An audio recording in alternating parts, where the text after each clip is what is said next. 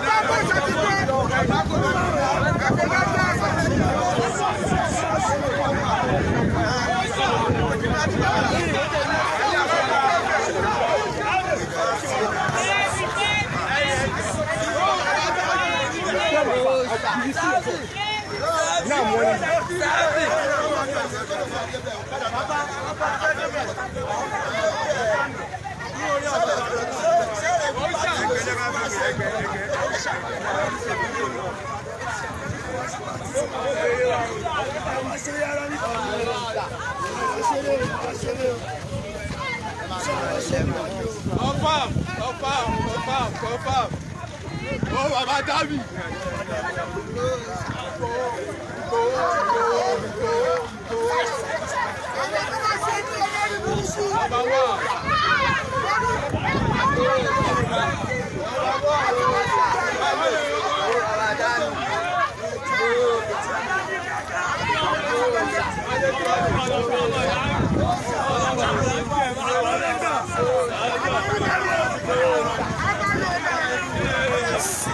Oui, c'est bien, si c'est bien.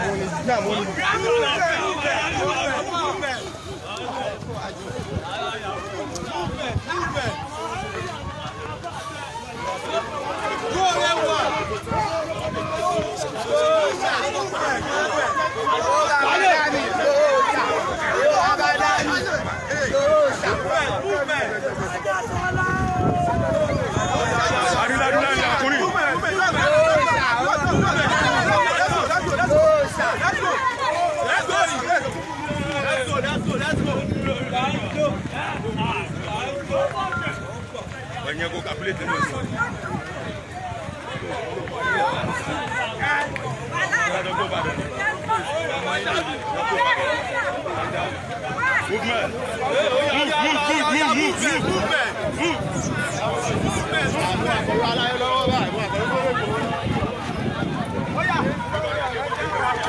Yeah. Slow down. Gently, easy. Good. Let's go. Gently.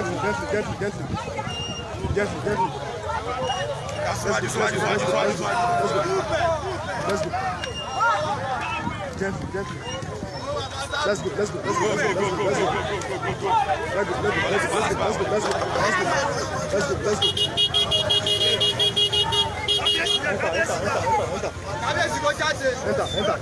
Enter.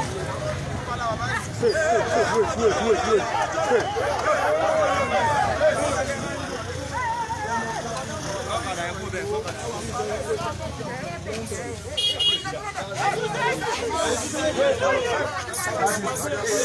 That is the number one.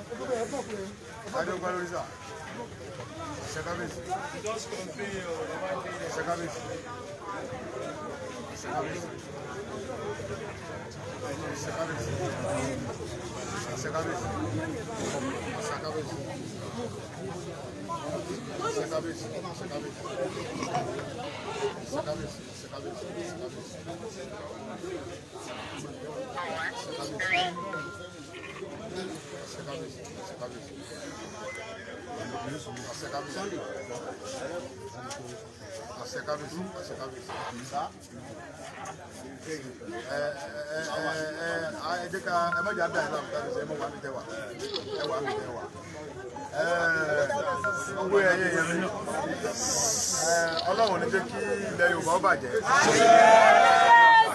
Àwọn Fúlàní wọ́n ti gba àṣẹ lẹ́nu àwọn bàbá wa. Ọ̀pọ̀lọpọ̀ àwọn bàbá wa dẹ̀ ní ẹ̀rù ń bà torí pé tí wọn ò bá fọgbọ́n ṣe àwa la máa kọ̀yà fún àwọn bàbá wa. Ẹ má jẹ́ ká dóńdó pé àwọn bàbá wa máa kọ̀yà fún wa. Àwa ni a gbọ́dọ̀ kọ̀yà fún àwọn bàbá wa. Ẹ má jẹ́ ká sọ pé ẹ má jẹ́ ká bú àwọn bàbá wa kì í ṣẹjọ́ wọn. Ẹjọ́ àwọn olóṣèlú wa ni. Ẹjọ́ àwọn olóṣèlú olórí burúkú yẹn.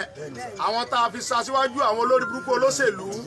Àwọn ọ̀jẹ̀lú tó ń pera wọn ní olóṣèlú. Àwọn ni wọ́n gba agbára kó lẹ́nu àwọn bàbá wa. Àwa la gbọ́dọ̀ wá ọ̀nà bá ṣe gba agbára yẹn padà sí ẹnu àwọn kábíyèsí wa. So gbogbo báwọn bàbá wa ṣe ń gbórí pamọ́ oyè wa wọ́n ń bẹ lẹ́yìn wa. Mo fi ń dá yín lójú pé kí ni o wọ́n ń bẹ lẹ́yìn wa.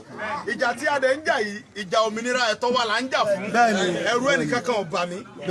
Gbogbo bíkíbi tá a bá ti bá Fúlàní agbénipa pípa ni. Fúlàní ajínigbé wọn lórí àwọn bàbá wa. Ẹ̀rù ẹnìkankan ò bà wá. Ẹnìkan arrest ẹnìkan gbàgbé. Ẹnìkan kò lè gbé wa torí pé ẹ̀tọ́ wa là ń béèrè fún. Ẹ má jẹ́ ká dá àwọn bàbá wa láàmú. Ẹ má jẹ́ ká dá Ààrẹ Ọ̀nà Kakanfò láàmú. Ààrẹ wa ní kò tí ì kan ààrẹ. Ẹ jẹ́ ká wọ ààrẹ kéékèèké yìí ká kọ́ mọ bá wọn fà á. Nígbà tí àwọn ààrẹ kéékèèké tá a bá wọn fà á débi kan Ààrẹ Ọ̀nà Kakanfò àgbà ó dìde. Ẹ má jẹ́ ká kó gbogbo agbára wa jáde. Tá a bá ní ká kó gbogbo agbára jáde Fúlàní máa mọ ibi tá a wíìkì sí. Ẹ jẹ́ ká wọ ọkọ̀ mọ bá wọn fà á ná. Nígbà tá a bá fà á débi kan àwọn tó kù tó já àwọn bàbá wa ọwọ́ tó kàn wọ́n. So gbogbo ọ̀rọ̀ tá à ń sọ tá à ń pè àwọn ẹ má jà pé àwọn bàbá wa ń sojo àwọn bàbá wa ò sojo ẹ̀rù ọba wọn. Àwọn olóṣèlú wa àwọn ni wọ́n ti lọ tà wá fún Fúlàní. Àwọn olóṣèlú wa àwọn tàbísọ olóṣèlú àwọn olórí burúkú àwọn àgbà àyàtá yìí wọ́n ti bàjẹ́. Àwọn ní àwọn àgbà àyàtá àwọn ní ẹjọ́ àwọn ni wọ́n ti tà wá fún àwọn Fúlàní. So àwọn ní káyọ̀ bá ti fẹ́ gbára padà lọ́wọ́ wọn. So bí mo ṣe ń sọ̀rọ̀ yìí ìgbà rẹ ní padà ti dé. Ìgbà ọ̀tún ti dé nílẹ̀ Yorùbá. Gbogbo ilẹ̀ Yorùbá pátápátá la máa tọ́. Oṣù náà ní dé. Ẹ jẹ́ ká ṣera wa lọ́kàn. Ẹ má jẹ́ ká dalẹ̀ ara wa. Fúlàní ní ọmọ òkú kìí. Àdúrà náà tó tẹ̀lé Yorùbá dó. Ẹ má jẹ́ ká da kábíyèsí láàmú. Ẹ jẹ́ ká fi bàbá lẹ̀. Ẹ jẹ́ ká mú fìdí àwọn Fúlàní bó àtọ́. Àwọn Fúlàní ti dà wá láàmú. Ẹ jẹ́ ká mú fìdí wọn. Bẹ́ẹ̀ni ó yá.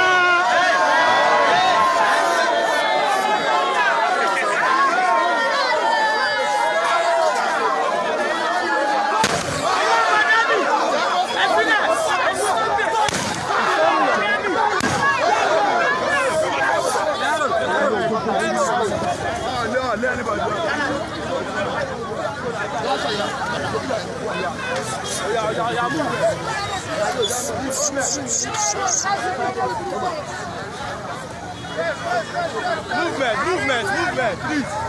Hello. Oh yeah.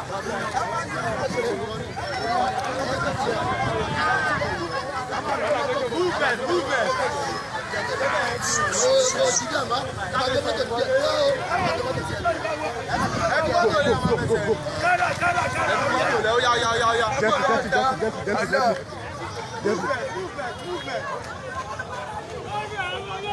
I say wait. Yeah. Wait. Movement. Gently. You go over. Movement. Hey. Oh yeah. Move.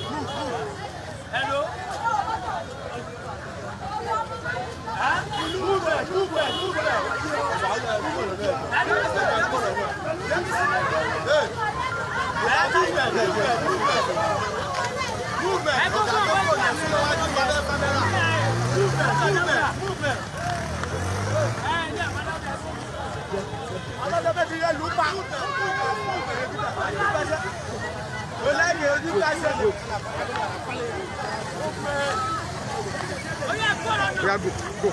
Oh yeah, gotta move.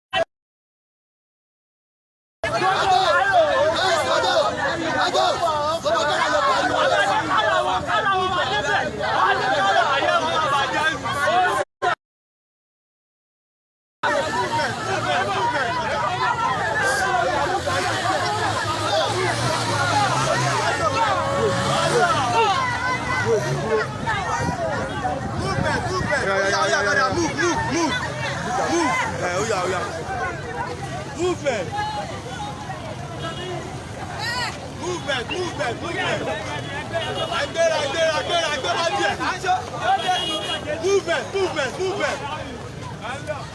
Movement, please. That was okay.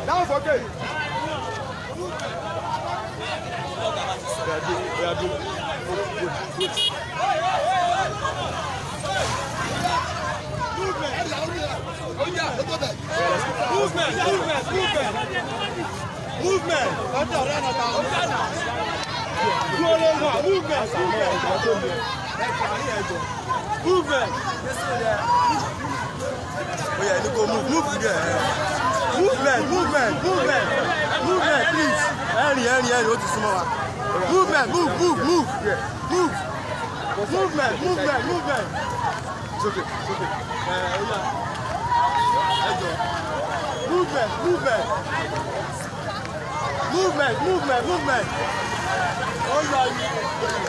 Oh yeah, go there. Go there.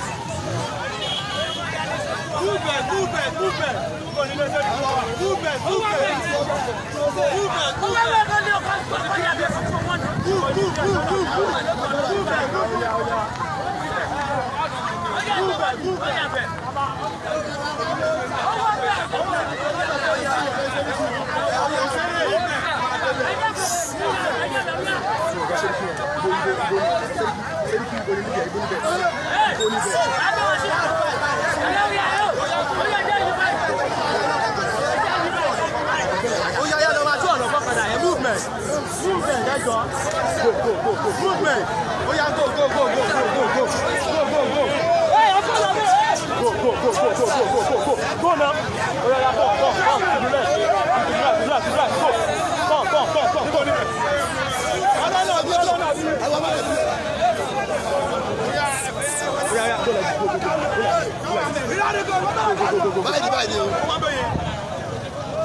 Oh yeah.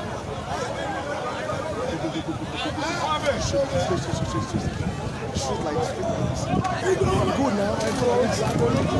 Come on, Nigeria!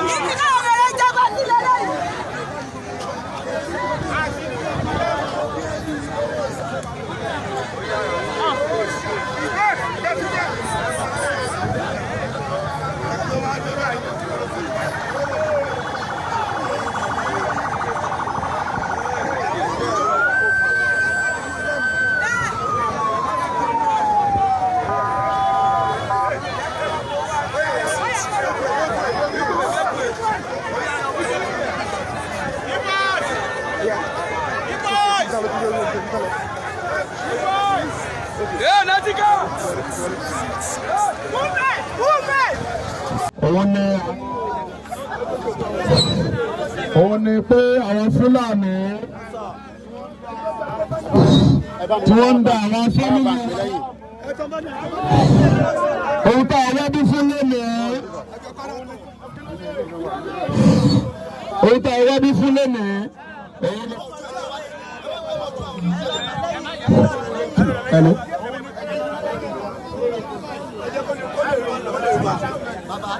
Nígbà wá bí fún lónìí, òun ni pé àwọn Fúlàní wọ́n ń da àwọn fámìlì wa láwọn wọ́n ń jí àwọn èèyàn wa gbé, wọ́n kidnapu àwọn àti wa, wọ́n ń dúpọ̀, wọ́n ń rèpù wọn, wọ́n ń ṣe yánmayànmá pẹ̀lú wọn. Ìjọba ìpínlẹ̀ Ògùn dẹ̀ sọ pé òun ò fara mọ́ wọn torí pé àwọn ará ìpínlẹ̀ Ògùn lòun jẹ gómìnà lé lórí. So gbogbo ọmọ Yorùbá àtọ́gbà ilẹ̀ Yorùbá àti ìjòyè wọ́n láwọn ò fara mọ́ kí Fúlàní máa jí wa gbé, wọ́n máa jẹ oko wa, kọ́ máa dà wá láàmú. Ìdí nìyí tá a fi wá sí ìpínlẹ̀ Ògùn lénìí. So gbogbo ọmọ ìpínlẹ̀ Ògùn níbi tí ọjà ọ̀dẹ láwà yìí àbí bẹ́ẹ̀ kọ́ aláwọ̀ ní jẹ́ kí ọjà ọ̀dẹ ó bàjẹ́, aláwọ̀ ní ba ìlú ọjà ọ̀dẹ jẹ́. Tí ó wá rí bẹ́ẹ̀ a fẹ́ wọnú igbó ìbù àlùwá yìí láti lọ pàdé àwọn Fúlàní tí wọ́n ń gbé wọn gbé bóyá àwọn alágbèlè Yorùbá ní o tí Fúlàní ní o àwọn alágbèlè Yorùbá ní o bóyá Yorùbá ní o èyí là á mọ̀ kò ní í bẹ̀rẹ̀ àwọn oníbàárà Yorùbá jẹ́ àwọn oníbàárà Yorùbá jẹ́ àwọn oníbàárà Yorùbá jẹ́. Ẹ jẹ́ ká ṣọ́ra fún àwọn olóṣèlú wa, ẹ jẹ́ ká ṣọ́ra fún àwọn olóṣèlú ìlú kan wọ́n lè máa lo ọgbọ́n àwọn orílẹ̀-èdè láti kọ́ bá wa dá ṣọ́ra fún wọn. Àfẹ́ Fúlàní ajínigbé wọn abẹ́ ìfẹ́ wọn. Àfẹ́ Fúlàní ajínigbé wọn lórí ilẹ̀ bàbá wọn. Àbí bẹ́ẹ̀ kọ́ ó ti tó gẹ́ ẹ̀nọ́fùsẹ̀ náà. Mo kí gbogbo ọmọ ìpínlẹ̀ Ògùn, mo kí gbogbo ọmọ ọjà ọ̀dàn, Ọlọ́run ní jẹ́ kí mi ó bàjẹ́. Orúkọ tèmi ni Sunday Adéyẹmọ, tí gbogbo ẹ̀yìn náà ti Sunday Ìgbòho.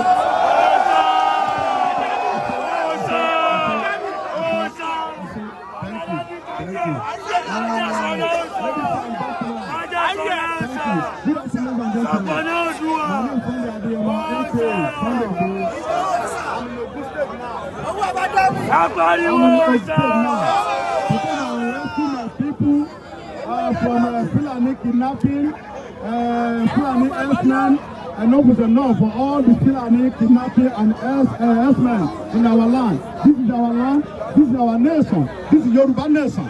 Enough is enough. We don't want any Fulani herdsmen. Thank you so much. By the grace of God, we are moving to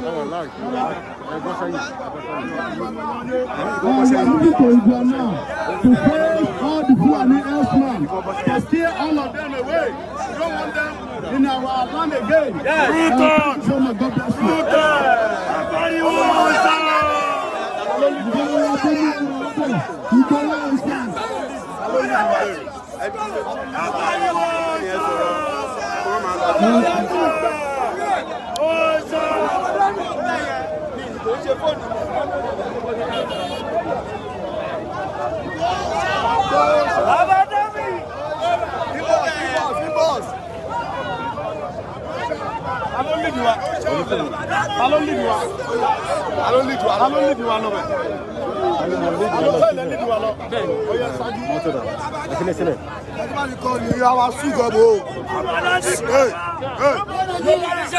Yoruba nation now.